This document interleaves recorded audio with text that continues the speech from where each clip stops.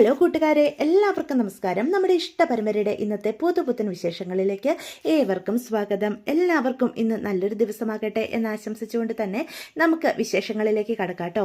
അങ്ങനെ അർജുനും അതുപോലെ തന്നെ നമ്മുടെ അഞ്ജലിയും കൂടി പത്മയൊക്കെ കണ്ടിട്ട് മടങ്ങി വന്ന് ഒരു സ്ഥലത്ത് നിൽക്കുകയാണ് കേട്ടോ. എന്താടോ തനിക്കിപ്പോഴും ആകെ ടെൻഷൻ പോലെ തോന്നുന്നുണ്ടല്ലോ എന്ന് അർജുൻ ചോദിക്കുക. അല്ല, എനിക്കൊരു മഴ പെയ്ത് തോർന്ന ഫീലാണ് ഇപ്പോൾ വരുന്നത്. എന്താണെന്നറിയില്ല, ഇപ്പോഴും ആകെ ഒരു ടെൻഷൻ പോലെയാണ് മനസ്സിന് എന്ന് അഞ്ജലി പറയാണ്. നമ്മളിപ്പോഴും പൂർണ്ണമായിട്ട് ജയിച്ചെന്ന് പറയാൻ പറ്റില്ലല്ലോ. നമ്മളിൽ നിന്നും ഒരുപാട് അകലെയാ പത്മ ഇപ്പം നിൽക്കുന്നത്, മറ്റൊരു സ്റ്റേറ്റിൽ. അതിനു വേണ്ടിയിട്ടല്ലേ നമ്മൾ പോലീസിനെ പോയി കണ്ട് അവർക്ക് പ്രൊട്ടക്ഷൻ വേണമെന്ന് അഭ്യർത്ഥിച്ചത്. ഇനി താനെന്തിനാ അതിനെപ്പറ്റി ഓർത്ത് പേടിക്കുന്നത്? അതല്ല, എന്തോ അരുതാത്തത് സംഭവിക്കാൻ പോകുന്നത് പോലെ മനസ്സിലൊരു തോന്നൽ, എന്തോ അശുഭമായിട്ട് നടക്കാൻ പോകുന്ന പോലെ. എടോ, താനിങ്ങനെ നെഗറ്റീവ് ചിന്തിക്കാതെ നല്ലത് ചിന്തിക്കുക, അപ്പം നല്ലതേ സംഭവിക്കൂ എന്ന് അർജുൻ മറുപടി പറയണം. ഇന്നേ വരുന്ന വഴിക്ക് മുഴുവനും എൻ്റെ വലത് കണ്ണ് തുടിക്കുമായിരുന്നു. വലത് കണ്ണ് തുടിക്കുന്നതിനിപ്പോൾ എന്താ എന്ന് അപ്പോൾ അർജുൻ ചോദിക്കും. പെൺകുട്ടികൾക്ക് വലത് കണ്ണ് തുടിച്ചാൽ അശുഭമായിട്ട് എന്തോ സംഭവിക്കാൻ പോകുന്നതിൻ്റെ സൂചനയായിട്ടാണ് പഴമക്കാർ പറയാറ്. തനിക്ക് ഇതിലൊക്കെ ഇപ്പോഴും വിശ്വാസമുണ്ടോ? എനിക്ക് ഈ പഴമക്കാർ പറയുന്ന ഇത്തരത്തിലുള്ള കാര്യങ്ങളിലൊക്കെ വിശ്വാസമുണ്ട്. എൻ്റെ കാര്യത്തിൽ ഇതൊക്കെ നടക്കാറുമുണ്ട് എന്ന് പറയാം. എടോ, താനും ഞാനും ഒക്കെ ന്യൂജൻ പിള്ളേരല്ലേടോ, നമ്മളെപ്പോലുള്ളവർ ഇതൊക്കെ വിശ്വസിക്കാവോ എന്ന് അപ്പം ചോദിക്കുകയാണ്. ന്യൂജൻ പിള്ളേരോ? പിള്ളേരൊന്നും അല്ല, നമ്മളിപ്പം കെട്ടിയോനും കെട്ടിയോളുവാ, അത് രാജീവ് മറന്നു പോയോ എന്ന് ചോദിക്കാം. ഓ ശരിയാണല്ലോ, താനും ഞാനും ഇപ്പം ഹസ്ബൻഡും വൈഫും ആണല്ലോ അല്ലേ. അക്കാര്യം ഇടയ്ക്ക് ഞാനങ്ങ് മറന്നു പോകുന്നു. എങ്കിലേ നമുക്ക് രണ്ടുപേർക്കും ഒരു സെൽഫി എടുത്താലോ എന്ന് അർജുൻ ചോദിക്കുകയാണ്. ആയിക്കോട്ടെ, എന്നാ ബാ ചേർന്ന് നിൽക്കുക എന്ന് അഞ്ജലിയോട് പറയാം. അങ്ങനെ അവർ രണ്ടുപേരും കൂടി ചേർന്ന് ഒരു സെൽഫിയൊക്കെ എടുക്കുകയാണേ. പെട്ടെന്ന് അർജുന് ഒരു കോള് വരിക. അതേ അമ്പാടിയാണല്ലോ വിളിക്കുന്നത്. ഞാൻ സ്പീക്കറിലിടാം എന്ന് പറയാം. ഹലോ, എന്താടാ, നീ ഇതെവിടെയാടാ എന്ന് അമ്പാടി ചോദിക്കുക. ഞാൻ എത്ര നേരമായി നിന്നെ വിളിക്കുന്നു. അപ്പോൾ ഇതൊക്കെ കേൾക്കുന്ന അഞ്ജലിക്കും ചിരി വരുന്നുണ്ട്. അല്ല, ഇടയ്ക്ക് തമിഴിലാണല്ലോ മെസ്സേജ് പറഞ്ഞത്. നീ ഇതിൻ്റെ ഇടയ്ക്ക് ചെന്നൈയിൽ രജനീകാന്തിനെ കാണാൻ പോയോ? പോയല്ലോ. പോയതേ തക്കല പോലീസ് സൂപ്രണ്ട് ഓഫീസിലാണ് പോയത്. അവിടെ രജനീകാന്ത് അല്ല, നളനസ്വാമിയാ എസ് പിയുടെ ഓഫീസിലോ? അവിടെ എന്ത് കാര്യം? വേറെന്തിന്? നിന്റെ പെണ്ണിൻ്റെ ജീവനും സ്വത്തും സംരക്ഷിക്കാൻ 2 പാറാവുകാർ വേണമെന്ന് പറയാൻ ഞാനും അഞ്ജലിയും പോയി. അവളെ നേരിട്ട് കാണുകയും ചെയ്തു. നേരിട്ട് കണ്ടോ? ഇത് സത്യമാണോ? എങ്ങനെയുണ്ട് അവൾക്ക് എന്നൊക്കെ അമ്പാടി ചോദിക്കുക. കുഴപ്പമൊന്നും ഇല്ലല്ലോ. എടാ, നിങ്ങൾ എപ്പോഴും അങ്ങോട്ട് പോയത്? എന്താ സംഭവിച്ചെന്ന് വല്ല അവൾ പറഞ്ഞോ? അവളിപ്പോൾ എവിടെയാടാ ഉള്ളത്? അങ്ങനെ 100 ചോദ്യങ്ങൾ അമ്പാടിക്ക്. ഹലോ ഹലോ ഹലോ, ഒന്ന് ശ്വാസം വിട് സാർ എന്ന് അഞ്ജലി ഫോൺ മേടിച്ചിട്ടപ്പോൾ പറയാൻ കേട്ടോ. എന്തൊരു എക്സൈറ്റ്മെൻറ്റാ. സാറിൻ്റെ പെണ്ണ് അവിടെ ഒരു മഠത്തിൽ അമ്മമാരോടൊപ്പം സുഖമായിട്ട് ഉണ്ടുറങ്ങി കഴിയുന്നു. പോരെ, ഇപ്പം സമാധാനമായോ? അതിനകത്ത് കയറി ഒരുത്തനും അവളെ ഒന്നും ചെയ്യില്ല. അതുപോരെ? അതും മതി. അഞ്ജലി പറഞ്ഞാൽ ഞാൻ വിശ്വസിക്കാം. എനിക്ക് അവനെ അത്രയ്ക്കങ്ങ് വിശ്വാസം പോരാ, അതുകൊണ്ടാ എന്ന് അമ്പാടി പറയാം. എടാ മഹാഭാവി അമ്പാടി, കുറുക്കമ്മൂല ജംഗ്ഷനിൽ തേരെ പാര നടന്ന് നിന്നെ പിടിച്ച് എറ്റേഷ്യ സൊല്യൂഷൻ്റെ CA അമ്പാടിയാക്കിയ എന്നോട് തന്നെ നീ ഈ പരദൂഷണം പറയണം. വിടളിയ, ഞാൻ വെറുതെ പരദൂഷണം പറഞ്ഞതല്ലേ, നീ എൻ്റെ മുത്തല്ലേടാ എന്ന് അമ്പാടി പറയാം. എടാ, പിന്നെ നീ ഒന്ന് വാൽപ്പാറയിലേക്ക് വാ, എനിക്കിവിടെ ഇരുന്ന് മടുത്തു, നമുക്കൊന്ന് കാണണം, കുറച്ച് സംസാരിക്കാനുണ്ട് എന്ന് പറയാം. ശരി ശരി, നമുക്ക് കാണാം. നീ ഫോൺ വെച്ചോ. അങ്ങനെ അമ്പാടി ഫോൺ കട്ട് ചെയ്യാൻ കേട്ടോ. പത്മയെ കണ്ടെത്തിയെന്ന് കേൾക്കുമ്പം അമ്പാടിക്ക് ഒരുപാട് സന്തോഷമാവാം. അപ്പോൾ ശരി, ഞാനും അങ്ങോട്ട് പോവാ എന്ന് അഞ്ജലി പറയാണ് കേട്ടോ. ആയിക്കോട്ടെ. അല്ല അഞ്ജലി, സ്കൂട്ടറിൻ്റെ താക്കോലൊക്കെ കയ്യിലുണ്ടല്ലോ അല്ലേ? അപ്പോഴത്തേക്കും അഞ്ജലി താക്കോലെടുത്ത് കാണിക്കാം. ഉണ്ട്. പെട്രോളോ അതും ഉണ്ട്. പോയിട്ട് തിരികെ വരാൻ എനിക്ക് വയ്യ, അതുകൊണ്ട് ഒന്ന് പോയി അവിടുന്ന് കളിയാക്കാതെ. ശരി എന്ന് അപ്പോൾ അഞ്ജലി യാത്രയൊക്കെ പറഞ്ഞ് പോകാനായിട്ട് തുടങ്ങാം. എന്താ, എന്തെങ്കിലും പറയാനുണ്ടോ? അതെ, പത്മയെ കണ്ടെത്തുന്നതിൻ്റെ അടുത്ത ദിവസം രാജീവിൻ്റെ വീട്ടുകാർ എൻ്റെ വീട്ടിലേക്ക് വരുമെന്നൊരു വാക്കുണ്ടായിരുന്നു. ഓർമ്മയുണ്ടല്ലോ? അതോർമ്മയുണ്ട്. എല്ലാം നടക്കേണ്ടതുപോലെ നടക്കും. അങ്ങനെയല്ല, നല്ലതേ നടക്കാവൂ എന്ന് പെട്ടെന്ന് അഞ്ജലി പറയാം. അപ്പം അർജുനാണെങ്കിൽ വല്ലാതെ ആവുകയാണ് കേട്ടോ. കാരണം ഒന്നും നന്നായി നടക്കാൻ പോകുന്നില്ലെന്ന് അർജുന് ഇപ്പോഴേ അറിയാലോ. അപ്പം ശരി, നമുക്ക് ഞാനെന്നാ പോയേക്കാം എന്ന് പറഞ്ഞ് യാത്രയൊക്കെ ചോദിച്ച് സ്കൂട്ടി എടുത്ത് അഞ്ജലി അവിടെ നിന്ന് അങ്ങോട്ട് പോകാനായിട്ട് തുടങ്ങാൻ കേട്ടോ. അർജുനാണെങ്കിൽ ആകെ ടെൻഷനോട് കൂടി ആലോചിച്ച് നിൽക്കുക. സമയം കോടതിയിൽ ഹരീന്ദ്രനും അഡ്വക്കേറ്റ് രാഘവൻ ഉണ്ണിയുടെ ബാക്കി ജൂനിയേഴ്സും കൂടി സംസാരിച്ചുകൊണ്ടൊക്കെ നിൽക്കുകയാണ്. പെട്ടെന്ന് ഹരീന്ദ്രൻ്റെ ഫോണിലേക്ക് ഒരു കോള് വരിക. അപ്പം അത് കട്ടായി പോവുകയും ചെയ്യും കേട്ടോ. പെട്ടെന്ന് അത് അറ്റൻഡ് ചെയ്യാനായിട്ട് പുറത്തേക്ക് മാറി നിൽക്കുക. ഹലോ മിസ്റ്റർ തരകൻ, താനെന്നെ വിളിച്ചിരുന്നോ? ഒരു പോലീസുകാരനോടാണ് കേട്ടോ സംസാരിക്കുന്നത്.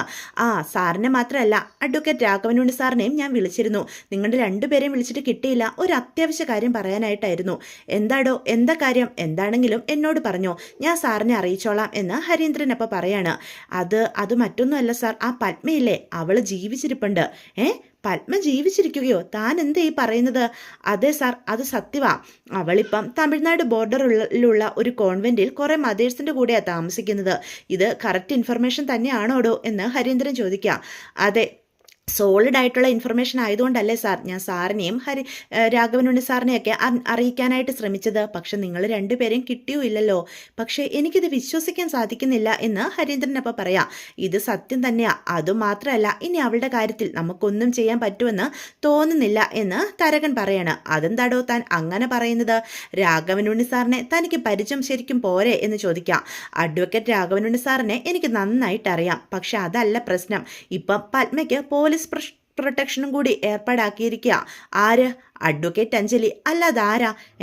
അവളോ? അവൾക്ക് അതിനുള്ള പവറൊക്കെ ഉണ്ടോ? അതുമാത്രമല്ല, അങ്ങനെ വെറുതെ പോയി ചോദിച്ചാൽ എടുത്തു കൊടുക്കുന്നൊരു സാധനമാണോ പോലീസ് പ്രൊട്ടക്ഷൻ എന്ന് ഹരീന്ദ്രൻ അപ്പം ചോദിക്കുക. അതൊന്നുമല്ല, അതിനു വേണ്ട സകല കാര്യങ്ങളും അഡ്വക്കേറ്റ് അഞ്ജലി ചെയ്തിട്ടുണ്ടായിരുന്നു. നേരെ SP ഓഫീസിൽ പോയ പത്മയ്ക്ക് വേണ്ടിയിട്ട് പോലീസ് പ്രൊട്ടക്ഷൻ ആവശ്യപ്പെട്ടിരിക്കുന്നത്. അത് ലഭിക്കുകയും ചെയ്തു എന്നാണ് എനിക്ക് കിട്ടിയ അറിവ്. മാത്രമല്ല, സ്റ്റേറ്റ് സ്പെഷ്യൽ ബ്രാഞ്ചിൽ നിന്ന് എനിക്കൊരു ഇൻഫർമേഷൻ കിട്ടി. പത്മയ്ക്ക് കൊലപാതക ഭീഷണി ഉണ്ടെന്നും എപ്പോൾ വേണമെങ്കിലും കൊല്ലപ്പെടാവുന്ന അവസ്ഥയിലാണ് പത്മയെന്നും ഒക്കെ എഴുതി കൊടുത്തിട്ടുണ്ട് അഡ്വക്കേറ്റ് അഞ്ജലി. പിന്നെ പറയാതിരിക്കാൻ പറ്റില്ല ഹരീന്ദ്രൻ സാറേ, അഡ്വക്കേറ്റ് അഞ്ജലിയെ നമ്മൾ നിസ്സാരമായി കണ്ടു. അവളൊരു ഫയർ തന്നെയാ. നമ്മൾ കണ്ടതും കേട്ടതും ഒന്നുമല്ല, ശരിക്കുമല്ല അവള്. ഇതിപ്പോൾ ആകെ പ്രശ്നമായല്ലോ. താൻ അഡ്വക്കേറ്റ് അഞ്ജലിയെ പറ്റി കൂടുതൽ വാഴ്ത്തി പാടുമൊന്നും വേണ്ട. അവൾ എന്തൊക്കെ ചെയ്താലും രാഘവനുണ്ണി സാറിൻ്റെ മുന്നിൽ അവൾ ഒരിക്കലും ജയിക്കാൻ പോകുന്നില്ല. പിന്നെ ആ കാർത്തികേയൻ്റെ കേസ് ഇനിയിപ്പം കൂടുതൽ കോംപ്ലിക്കേറ്റ് ആയി മാറുമല്ലോ എന്നുള്ളതിൽ മാത്രമേ എനിക്ക് ടെൻഷനുള്ളൂ എന്ന് ഹരീന്ദ്രൻ പറയാം. താൻ എന്നാ വെച്ചോ, ഞാൻ ഇപ്പം തന്നെ രാഘവനുണ്ണി സാറിനെ വിളിച്ച് കാര്യം അറിയിക്കട്ടെ എന്നും പറഞ്ഞ് ഫോൺ വെക്കാണ് കേട്ടോ. ഹരീന്ദ്രൻ ടെൻഷനോട് കൂടി രാഘവനുണ്ണിയെ ഫോൺ വിളിക്കാം. അതേസമയം രാഘവനുണ്ണി മറ്റൊരാളോട് സംസാരിച്ചുകൊണ്ടിരിക്കുകയാണ് കേട്ടോ. അപ്പോൾ ഹരീന്ദ്രൻ്റെ ഫോൺ കോൾ വരുമ്പം സംസാരിച്ചുകൊണ്ടിരുന്ന ആളോട് പറയും, അതെ, എൻ്റെ ജൂനിയർ ഹരീന്ദ്രനെ വിളിക്കുന്നത്. അയാളെ ഞാനൊരു കാര്യം ഏൽപ്പിച്ചിരുന്നു. അക്കാര്യത്തെപ്പറ്റി സംസാരിക്കാനായിരിക്കും. ഞാൻ അല്പം കഴിഞ്ഞ് തിരികെ വിളിക്കാം എന്നും പറഞ്ഞ് കട്ടാക്കിയതിന് ശേഷം ഹരീന്ദ്രൻ്റെ കോൾ അറ്റൻഡ് ചെയ്യുക.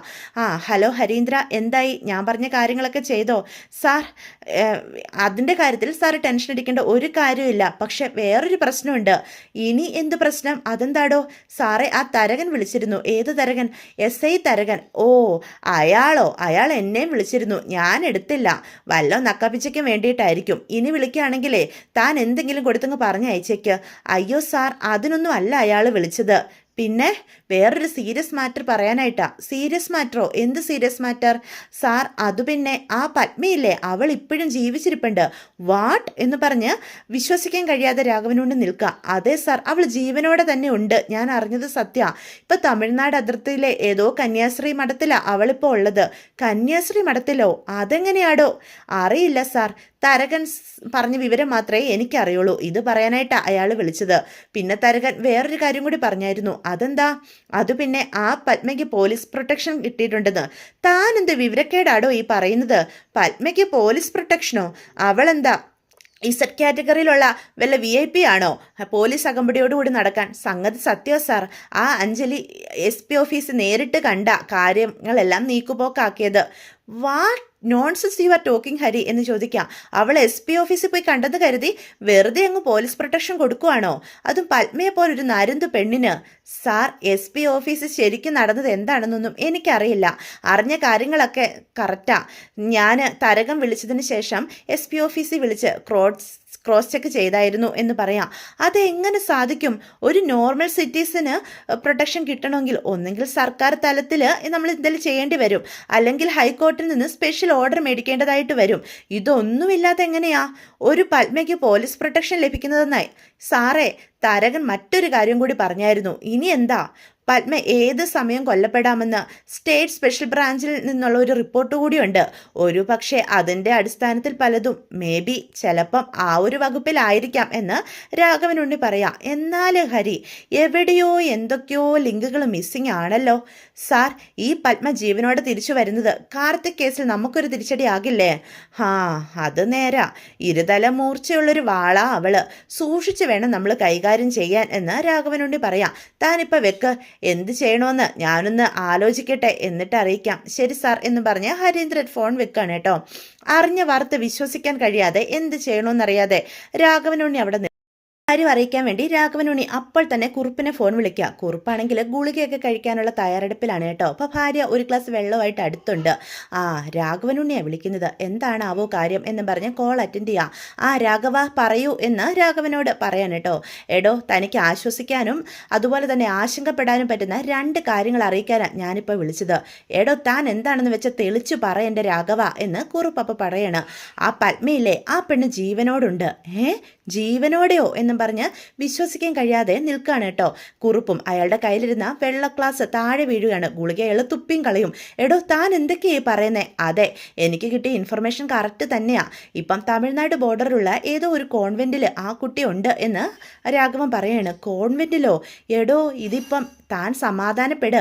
അവൾ ജീവനോടെ ഉണ്ടെന്ന് അറിഞ്ഞത് തന്നെ സംബന്ധിച്ചൊരു നല്ല കാര്യം തന്നെയാ. അതെന്താണെന്നറിയാവോ? അവൾ കൊല്ലപ്പെട്ടെങ്കിൽ ആ കേസ് കറങ്ങി തിരിഞ്ഞ് തൻ്റെ തലയിൽ തന്നെ വന്നേനെ. ഇതിപ്പം അതിൽ നിന്ന് താൻ രക്ഷപ്പെട്ടു. പക്ഷേ ആശങ്കപ്പെടേണ്ട മറ്റൊരു കാര്യമുണ്ട്. കാർത്തിക്കിൻ്റെ കേസിൽ അഡ്വക്കേറ്റ് അഞ്ജലി ഇനി ഒന്നുകൂടി പിടിമുറുക്കും എന്ന് പറയാണ്. ഇതെങ്ങനെ സാധിച്ചു?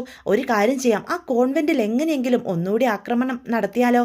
അല്ല, തമിഴ്നാട്ടിൽ നമുക്ക് ആളുണ്ട്. എടോ മണ്ടൻ കുറുപ്പേ, താൻ ഇത് എന്തൊക്കെയാ വിളിച്ചു പറയുന്നത്? താനിപ്പോൾ ഒന്നും പ്രവർത്തിക്കരുത്. ഒരിക്കൽ പത്മയെ തീർത്ത് കെട്ടാൻ അതിർത്തിക്ക് അപ്പുറം ആളുണ്ടതിൻ്റെ ക്ഷീണം ഇതുവരെ മാറിയിട്ടില്ല. അതിനിടയിൽ താൻ പുതിയ ഏണി എടുത്ത് വെക്കരുത്. പറയുന്നത് മനസ്സിലാകുന്നുണ്ടോ? അതുമാത്രമല്ല, പത്മയ്ക്കിപ്പോൾ അഞ്ജലി പോലീസ് പ്രൊട്ടക്ഷൻ ഏർപ്പാടാക്കിയിട്ടുണ്ടെന്ന ലഭ്യമായ വിവരം. അതുകൊണ്ട് താനിപ്പം അതിബുദ്ധി കാണിക്കാതിരിക്കുന്നതാ നല്ലത്. ഫോൺ വെച്ചേ. പിന്നെ അതെ കുറുപ്പേ, ഒരു കാര്യം കൂടി ഉണ്ട്. പത്മ ജീവനോടെ ഉണ്ടെന്ന് കരുതി എടുത്തു ചാടി അബദ്ധമൊന്നും കാണിക്കരുത് കേട്ടോ. അത് തൻ്റെ മോനോട് കൂടി ഒന്ന് പറഞ്ഞേക്കണം. ഇല്ലെങ്കിലേ കാര്യങ്ങളൊക്കെ കൈവിട്ടു പോകും. അവനെ ഒരു ആവേശകുമാരനാ, അറിയാലോ തനിക്ക് എന്ന് പറയാം. എന്നിട്ട് രാഘവനുണ്ണി ഫോൺ കട്ട് ചെയ്യുമോ. ഇതൊക്കെ എവിടെ പോയി അവസാനിക്കും എന്ന് അയാൾ അവിടെ മനസ്സിൽ ചിന്തിച്ചുകൊണ്ട് നിൽക്കുകയാണ് കേട്ടോ. പെട്ടെന്ന് കുറുപ്പിൻ്റെ ഭാര്യ അടുത്തേക്ക് ചെല്ലുക. എന്താ കുന്തം എന്ന് അപ്പോൾ കുറുപ്പ് ഭാര്യയോട് പറയാം. ഈശ്വര, ഇതെന്തൊരു പരീക്ഷണമാണെന്ന് നോക്കണേ. മനുഷ്യന് ഒരു സമാധാനവും ഇല്ല. ലോകത്തൊരു തന്തയും മക്കളെ കൊണ്ട് ഇതുപോലെ ടെൻഷൻ അടിച്ചിട്ടുണ്ടാവില്ല. തലയിലെഴുത്ത് 2 എണ്ണം ഉണ്ട് മുടിയാനായിട്ട്. 2ഉം എന്നെ കൊണ്ടേ പോകുള്ളൂ എന്ന് പറയുകയാണേ. അപ്പം കാര്യം അറിയാതെ ഭാര്യയും ടെൻഷനോട് കൂടി നിൽക്കുകയാണ്. പെട്ടെന്ന് തന്നെ കുറുപ്പ് തരകൻ പോലീസുകാരനാണ് കേട്ടോ ഫോൺ വിളിക്കുന്നത്. അപ്പം കുറുപ്പിൻ്റെ കോള് വരുമ്പം ഇയാളെന്താ എന്നെ വിളിക്കുന്നത് എന്നുള്ള രീതിയിൽ തരകൻ കോൾ അറ്റൻഡ് ചെയ്യുക. കുറുപ്പ് സാറാണല്ലോ, എന്താണോ കാര്യം? അറ്റൻഡ് ചെയ്തേക്കാം. ഹലോ, എന്താ സാർ? നമസ്കാരം എന്ന് പറയാം. നമസ്കാരമൊക്കെ താൻ തന്നെ തട്ടിപ്പുറത്ത് കൊണ്ട് വെക്കടോ. നാണം ഉണ്ടോടോ തനിക്ക് എന്ന് ചോദിക്കാം. പത്മയെ ഇപ്പം നേദിച്ചുകൊണ്ട് വരാമെന്ന് പറഞ്ഞിട്ട് എന്തായടോ അവിടെ? സാർ, അത് പിന്നെ എന്തോന്ന് പിന്നെ, അവളിതേ എത്തേണ്ടടുത്ത് തന്നെ എത്തി. പോരാത്തതിന് തല തെറിച്ച അഞ്ജലി വക്കീൽ പോലീസ് പ്രൊട്ടക്ഷനും മേടിച്ചു കൊടുത്തിരിക്കുന്നു. തനിക്ക് തൃപ്തിയായല്ലോ അല്ലേ? സോറി സാർ, അതൊന്നും നമ്മുടെ കൺട്രോളിലല്ല എന്ന് തരകം പറയും. എന്ത് കൺട്രോളിലല്ല? തേങ്ങ കൊലയാണ്. എടോ വാങ്ങിച്ച് നക്കിയ കാശിന് പോലും ഉപകാരമില്ലാത്ത തന്നെയൊക്കെ എന്തിനു കൊള്ളാടോ എന്ന് ചോദിക്കാൻ കേട്ടോ കുറുപ്പ്. പോലീസാണെന്നും പറഞ്ഞ് കാക്കിയിട്ട് നടക്കുന്നു. യൂസ്ലെസ്. സാർ, പ്ലീസ് സാർ അങ്ങനെയൊന്നും പറയരുത്. ഈ ഒരു വിഷയത്തിന് മാത്രമല്ല, പല കാര്യങ്ങളിലും സാറിനെ ഞാൻ ഒരുപാട് ഹെൽപ്പ് ചെയ്തിട്ടുണ്ട്. അതിനൊക്കെ സാർ എനിക്ക് അത്യാവശ്യം കാശും തന്നിട്ടുണ്ട്. ഇല്ലെന്നൊന്നും ഞാൻ പറയുന്നില്ല. അതുകൊണ്ട് തന്നെയാ 2 പ്രാവശ്യം നാണം കെട്ട് മടങ്ങിയിട്ടും ഞാൻ പത്മയെ തപ്പി അഞ്ജലിയുടെ മടയിലേക്ക് ചെന്ന് കയറി കൊടുത്തത്. എല്ലാം സാറിന് അറിയാവുന്നതല്ലേ. സത്യം പറഞ്ഞ നാട്ടുകാരുടെ അഞ്ജലി വക്കീലിൻ്റെ മുന്നിൽ നാണം കെട്ട് തൊലി ഉരിഞ്ഞിട്ടാണ് ഞാൻ അവിടെ നിന്ന് മടങ്ങിയത്. എടോ താൻ നാണം കെട്ടുമെന്ന് കരുതിയിട്ട് എനിക്ക് പ്രത്യേകിച്ച് പ്രയോജനമൊന്നും ഉണ്ടായില്ലല്ലോ. സാർ അങ്ങനെയൊന്നും പറയരുത്. ഞാൻ എൻ്റെ കഴിവിൻ്റെ പരമാവധി നോക്കി. കോപ്പാണ്. താൻ എന്തു നോക്കി? വെച്ചിട്ട് പോടോ. അവൻ്റെ ഒരു പൊളിച്ച വർത്താനവും പൂങ്കണ്ണീരും. തന്നെ ഇനി എൻ്റെ കൺമുന്നിൽ കണ്ടുപോയേക്കരുത്, പറഞ്ഞേക്കാം എന്ന് പറഞ്ഞ് കുറുപ്പ് ഫോൺ കട്ട് ചെയ്യാൻ കേട്ടോ. അപ്പം തരകനാണെങ്കിൽ വല്ലാതാവുക. ഓ, ഇയാൾ എന്താ ഈ പറയുന്നത്, ഞാൻ എന്ത് തെറ്റ് ചെയ്തിട്ട് എന്നോട് ഇങ്ങനെയൊക്കെ സംസാരിക്കുന്നത് എന്ന് തരകൻ അപ്പോൾ അവിടെ നിന്ന് പറയാം. ഇതേ സമയം കുറുപ്പാണെങ്കിൽ ടെൻഷൻ അടിച്ച് എന്ത് ചെയ്യണമെന്നറിയാതെ ഇങ്ങനെ നിൽക്കുകയാണ് കേട്ടോ. പെട്ടെന്ന് തരകനാണ് രാഘവനുണ്ണി ഫോൺ വിളിക്കുക. തരകനാണല്ലോ. എന്താടോ തരക? സാർ, കാര്യങ്ങളൊക്കെ അറിഞ്ഞായിരുന്നല്ലോ, ഹരി പറഞ്ഞിരുന്നു എന്ന് ആ രാഘവനുണ്ണി പറയാം. ഇപ്പോൾ എന്തെങ്കിലും പുതിയ അപ്ഡേഷൻ ഉണ്ടായിട്ടുണ്ടോ പത്മയുടെ കാര്യത്തിൽ? ഇല്ല സാർ, അങ്ങനെ പറയത്തക്ക അപ്ഡേറ്റ്സ് ഒന്നും ഉണ്ടായിട്ടില്ല എന്ന് തരകൻ പറയാം. പിന്നെ സാർ, 2 പോലീസുകാരെ ആ കുട്ടിക്ക് വേണ്ടി പ്രൊട്ടക്ഷൻ അയച്ചിരിക്കുന്നു. ഓ, തമ്പുരാട്ടിക്കുട്ടിയുടെ പ്രൊട്ടക്ഷന് വേണ്ടി? അതെ സാർ എന്ന് ഇപ്പോൾ പറയാം. നിങ്ങളുടെ പോലീസുകാരുടെ ഒരു ഗതികേട്, അല്ലാതെ എന്ത് പറയാനാ? ഓ, ആഫ്റ്റർ ഓൾ ഒരു വീട്ടുവേലക്കാരിക്ക് പാറാവ് നിൽക്കാനാണ് യോഗമെങ്കിൽ അത് ആർക്കും തടുക്കാനാവില്ലല്ലോ എന്ന് രാഘവനോട് പറയാം. അല്ല സാർ, ഞാനൊന്ന് ആലോചിച്ചപ്പം അതിലൊരു സാധ്യത ഞാൻ കാണുന്നുണ്ട്. എന്ത് സാധ്യത? തക്കലയിലേക്ക് പ്പെട്ട പോലീസുകാരിൽ ഒരാൾ നമുക്ക് വേണ്ടപ്പെട്ട ആളാണ് എന്ന് പറഞ്ഞു കൊടുക്കുക. സാറ് പറയുകയാണെങ്കിൽ oh no no no no, അതൊന്നും വേണ്ട എന്ന് രാഘവനുണ്ണി അപ്പോൾ പറയാം. അല്ലെങ്കിൽ തന്നെ ഈ കേസ് ആകെ കുഴഞ്ഞു മറിഞ്ഞു കിടക്കുക എന്ന് രാഘവനുണ്ണി പറയാം. ഇനി അതിനിടയിൽ താനായിട്ട് കൂടുതൽ കുഴപ്പമൊന്നും ഉണ്ടാക്കണ്ട. ശരി. വീണ്ടും തരകൻ എന്തോ സംസാരിക്കണം. താൻ എന്താ ഇനി സംസാരിക്കാൻ പോകുന്നത് എന്ന് ചോദിക്കാം. അതോ, ആ പത്മയെ ഞാൻ പിടികൂടാൻ പോയിട്ട് ഒന്നും നടന്നില്ലെന്ന് പറഞ്ഞ് ആ കുറുപ്പ് സാറ് വല്ലാതെ ദേഷ്യപ്പെടുക, വല്ലാതെ ഇടഞ്ഞ എന്നോട് നിൽക്കുന്നത്. ഇന്ന് രാവിലെ സാർ എന്നെ ഫോണിൽ വിളിച്ച് കുറേ ചീത്തയും പറഞ്ഞു എന്ന് തരകൻ രാഘവനോട് പറയാം. ഹരീന്ദ്രൻ അങ്ങോട്ട് വരികയാണ് കേട്ടോ. ഞാൻ എന്തൊക്കെ പറഞ്ഞിട്ടും സാർ അതൊന്നും കേൾക്കാൻ കൂട്ടാക്കുന്നില്ല. വക്കീലൻ സാറിന് അറിയാലോ കാര്യങ്ങളൊക്കെ എന്ന് തരകൻ അപ്പം രാഘവനോട് പറയാം. ഞാൻ നിങ്ങൾക്ക് വേണ്ടി ചെയ്തതൊക്കെ വഴിവിട്ട കാര്യങ്ങളും നിയമവിരുദ്ധമായ സംഗതികളും അറിയാമല്ലോ. അതൊക്കെ എനിക്ക് അറിയാടോ എന്ന് രാഘവനുണ്ണി പറയാം. സാറ് തന്നെ എൻ്റെ കാര്യം സൗകര്യപൂർവ്വം ഗുരുപ്പ് സാറിനോട് പറഞ്ഞ് അദ്ദേഹത്തിൻ്റെ കലിപ്പൊന്ന് മാറ്റണം പ്ലീസ്. ഇതൊരു റിക്വസ്റ്റാ. കുറുപ്പ് പറയുന്നതൊന്നും താൻ കാര്യമാക്കണ്ട. അയാൾ ആ സമയത്ത് ദേഷ്യത്തിന് വായി തോന്നിയത് വിളിച്ചു പറഞ്ഞതേ ഉള്ളൂ. താനത് വിട്, അതൊന്നും താൻ മനസ്സിൽ വെക്കണ്ട. ഞാനേ കുറുപ്പിനോട് സംസാരിച്ചോളാം. ഓ, വലിയ ഉപകാരം സാർ. പിന്നെ താനെ ആ തക്കലയിലെ വിവരങ്ങളൊക്കെ അപ്പം എന്നെ അറിയിച്ചേക്കണം. എന്നെ വിളിച്ച് കിട്ടിയില്ലെങ്കിൽ ഹരീനെ വിളിച്ചാലും മതി എന്ന് പറയാണ്. ശരി സാർ എന്ന് പറഞ്ഞ് തരകൻ ഫോൺ കട്ട് ചെയ്യാണ് കേട്ടോ. ഇതേ സമയം ഹരി അടുത്തേക്ക് ചില. എന്തായിടോ ഹരി? പത്മയ്ക്ക് പോലീസ് പ്രൊട്ടക്ഷൻ കിട്ടിയ സാഹചര്യം ഞാൻ അന്വേഷിച്ചിരുന്നു സാർ. എന്നിട്ട് നമ്മൾ സംശയിച്ചത് തന്നെയാണ് കാരണം. ഇന്റലിജൻസ് റിപ്പോർട്ട് പത്മയ്ക്ക് അനുകൂലമാണ്. മാത്രമല്ല ആ കമ്മീഷണർ പൊതുവെ ഒരു സ്ത്രീ പക്ഷപാതിയാണ്. പോരാത്തതിന് റവന്യൂ മിനിസ്റ്ററിൻ്റെ മകനും എന്ന് പറയാം. അപ്പം പിന്നെ ചോദിക്കാനും പറയാനും ആരും ഉണ്ടാകില്ലല്ലോ. ആ അഹങ്കാരം കാരണം ഈ കളി കളിച്ചത്. അതെന്തെങ്കിലും ആവട്ടെ, അവിടെ പോലീസോ പട്ടാളോ ആര് വേണമെങ്കിലും പോയി സംരക്ഷിച്ചോട്ടെ എന്ന് രാഘവനുണ്ണി പറയാം. പക്ഷേ കോടതിക്കകത്ത് അവളെ സംരക്ഷിക്കുന്നത് നിയമമാണ്. അതാണ് നമ്മുടെ ആയുധം എന്ന് പറയാം. ആ നിയമം എങ്ങനെ വളച്ചൊടിക്കണമെന്നും കേസ് എങ്ങനെ അനുകൂലമാക്കി മാറ്റണമെന്നും ഈ രാഘവനുണ്ണിക്ക് നന്നായിട്ട് അറിയാം. പക്ഷെ സാർ, പത്മയുടെ ഈ പെട്ടെന്നുള്ള തിരോധാനവും അതിർത്തി വെച്ചുണ്ടായ സംഭവ വികാസങ്ങളും ഒക്കെ അഞ്ജലിക്ക് കേസിൽ ഒരു അഡ്വാൻറ്റേജ് നൽകില്ലേ എന്ന്. അപ്പം നമ്മുടെ ഈ കേസിൻ്റെ ഭാവി എന്താകും സാർ എന്ന് ഹരീന്ദ്രൻ സംശയം പ്രകടിപ്പിക്കുകയാണ്. അപ്പം രാഘവനുണ്ണി അവിടെ നിന്ന് ചിരിക്കുകയാണ് കേട്ടോ. എന്താ സാർ, ഭാവിയെക്കുറിച്ചും ഭൂതത്തെക്കുറിച്ചും ഒന്നും താൻ ചിന്തിക്കണ്ട. എൻ്റെ അൾട്ടിമേറ്റ് എയിം ഈസ് അഞ്ജലി. അവളെ തറ പറ്റിക്കണം. അത് ഞാൻ എനിക്ക് അനുകൂലമാക്കിയിരിക്കണം. ഇനി ഈ കേസ് വിളിക്കുന്ന ദിവസം താൻ നോക്കിക്കോ. പഴയ വെല്ലുവിളി പ്രകാരം ഈ രാഘവനുണ്ണി അവളുടെ കറുത്ത കോട്ട് ഊരി വാങ്ങുമെന്ന് ഉറപ്പാ. അത് ഞാൻ മേടിക്കുക തന്നെ ചെയ്യും.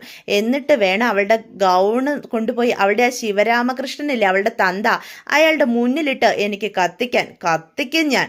തീർച്ചയായും ഞാനത് ചെയ്യും. അവൾക്ക് എന്നെ അറിയത്തില്ല എന്ന് പറയാം. ഈ രാഘവനുണ്ണി ആരാണെന്ന് അഞ്ജലി അറിയാൻ പോകുന്നതേ ഉള്ളൂ എന്ന് പറയാൻ കേട്ടോ. ഇതേ സമയം വീട്ടിലാകെ ടെൻഷനോട് കൂടിയ ശ്യാമളി ഇരിക്കുന്നത്.